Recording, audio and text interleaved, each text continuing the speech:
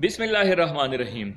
उर्दू तहकीक को देखने वाले मुअज़्ज़िज़ नाज़रीन, मैं हूं फैसल रियाज। आज की इस वीडियो में मैं आपको बताऊंगा कि आखिर वो 3 ऐसी वजूहात क्या हैं जिसकी वजह से हमारी तमाम दुआएं रिजेक्ट कर दी जाती हैं, यकसर मुस्तरद कर दी जाती हैं, फेंक दी जाती हैं। वैसे तो एक हदीस शरीफा में फरमाया गया है कि मोमन की कोई दुआ मरदूद नहीं होती, कोई भी दुआ रिजेक्ट नहीं होती। या तो उसको वही मिल जाता है जो वो मांग रहा होता है, या उससे बेहतर या उसके मुसावी मिल जाता है, या उस दुआ की वजह से आने वाली कोई मुसीबत, बला, आफत, बीमारी कुछ टल जाता है।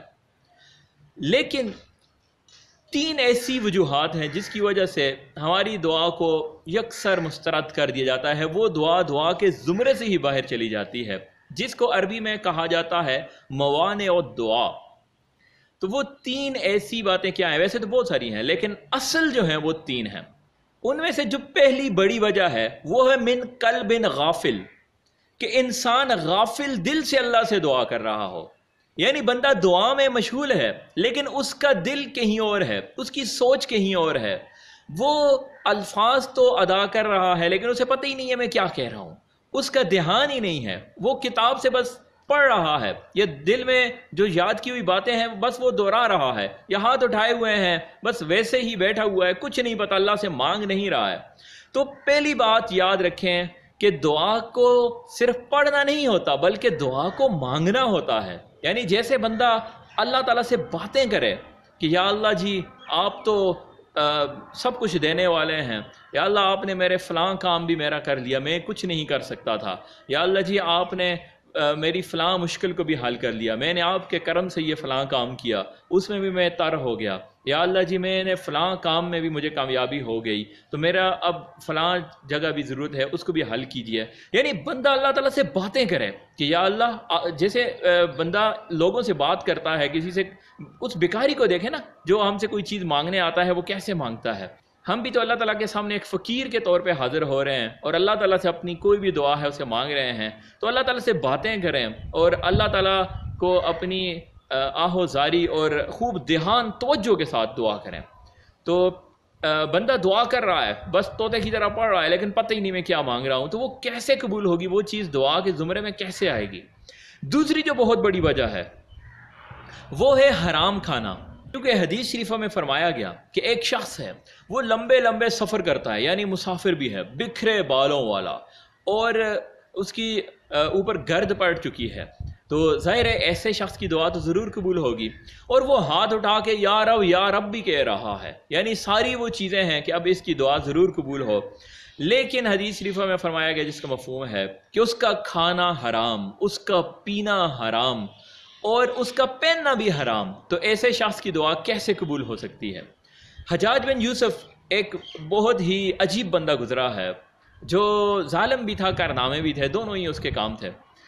तो हज्जाज बिन यूसुफ के सामने कुछ लोगों के बारे में कहा गया कि ये ऐसे लोग हैं जो मुस्तजाबत दावात हैं, यानी इनकी दुआएं अल्लाह ताला ज़रूर कबूल फरमाता है। मुस्तजाबत दावात, इनकी दुआएं कबूल होने वाले ये लोग हैं, जो जिसके बारे में बदुआ कर लें उसके बारे में भी कबूल हो जाती है, जो दुआ कर लें वो भी कबूल हो जाती है।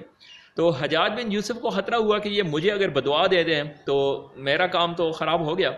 तो इसने क्या किया, उन सब लोगों को दावत पे बुलाया और उस दावत में कहा कि जितनी भी हराम माल है ना वो इनको खिलाना है। तो वो हराम माल जब उनको खिलाया गया तो हज्जाज बिन यूसुफ ने आखिर में उनसे कहा कि तुम सब से मेरी टेंशन ख़त्म हो गई, मैं तुम सब से बेफिक्र हो गया, क्योंकि अब जितनी भी बदुआएं मुझको देनी है बेशक दे दो, तुम्हारे पेट में मैंने हराम दाखिल कर लिया है, तो अब तुम्हारी कोई बदुआ मुझ पर असर नहीं करेगी। या तो बंदा जो चीज़ खा रहा है वो हराम होती है, या फिर उसकी आमदनी हराम होती है, तो उस तरह भी पेट में तो हराम चीज़ चली गई। यानी चीज़ हलाल है लेकिन जिस कमाई से वो खा रहा है वो आमदनी हराम है, तो उसकी दुआ भी कबूल नहीं हो सकती। और तीसरी जो वजह हदीस शरीफा में फरमाई गई है, इसका मफहूम है कि मोमिन की दुआ उस वक्त तक कबूल होती है जब तक वो जल्दबाजी ना कर ले। तो सहाबा रज़ी अल्लाह तआला अन्हुम ने अर्ज़ किया कि जल्दबाजी से क्या मुराद है? तो आप सल्लल्लाहु अलैहि वसल्लम ने फरमाया जिसका मफ़हूम और ख़ुलासा है کہ بندہ اس وجہ سے دعا کرنا نہ چھوڑ دے کہ اللہ تعالیٰ میری دعاؤں کو قبول نہیں فرماتا. تو جب بندہ چھوڑ دیتا ہے کہ اللہ تعالیٰ تو میری دعا قبول ہی نہیں فرما رہے تو اس پہ وہ جلد بازی کر رہا ہوتا ہے. تو ہم نے صبر کرنا ہے. خواجہ عزیز الحسن مجذوب رحمۃ اللہ تعالیٰ علیہ بہت بڑے شاعر معرفت بھی گزرے ہیں. وہ حضرت حکیم الامت مولانا اشرف علی تھانوی رحمہ اللہ کے مرید تھے. ایک دفعہ مولانا اشرف علی تھانوی رحمۃ اللہ تعالیٰ علیہ نے ان کی کسی بات پر سزا دینے کے لیے ان سے کہا کہ یہاں خانقاہ سے نکل جاؤ. تو اب یہ نکل کے گئے، لیکن اپنے گھر نہیں گئے بلکہ خانقاہ کے سامنے ہی ایک جگہ پر بستر لگا لیا اور وہاں جا کر بیٹھ گئے. تو جب مولانا اشرف علی تھانوی رحمۃ اللہ تعالیٰ علیہ وہاں سے گزرنے لگے تو وہاں پر انہوں نے ایک شعر پڑھا. تو وہ شعر یہ تھا کہ جو تو در نہ کھولے گا تو میں بھی در نہ چھوڑوں گا، حکومت اپنی اپنی ہے ادھر تیری ادھر میری. تو اس پہ مولانا اشرف علی تھانوی رحمۃ اللہ تعالیٰ علیہ خوش ہوئے اور ان کو دوبارہ سے خانقاہ میں آنے کی اجازت دے دی اور ان کو معاف کر لیا. تو ہم نے بھی اللہ تعالیٰ کے در کو چھوڑنا نہیں ہے. اللہ تعالیٰ سے ہم نے اپنے رشتے کو ختم کبھی نہیں کرنا، بلکہ ہم نے بھی اللہ تعالیٰ سے مانگتے رہنا ہے، مانگتے رہنا ہے، مانگتے رہنا ہے. ایک نہ ایک دن ہمیں وہ بھی مل جائے گا جو ہم چاہتے ہیں. واقعہ معراج میں کیا ہوا تھا تو یہاں پر کلک کر کے دیکھ لیجئے. یہاں پر دیکھیے کہ جنت کی زندگی میں آخر ایسا کیا ہے، اور یہاں پر کلک کر کے آپ دیکھ سکتے ہیں کہ عبد المطلب کے وہ 3 خواب کیا تھے جن کی صرف ایک ہی تعبیر تھی.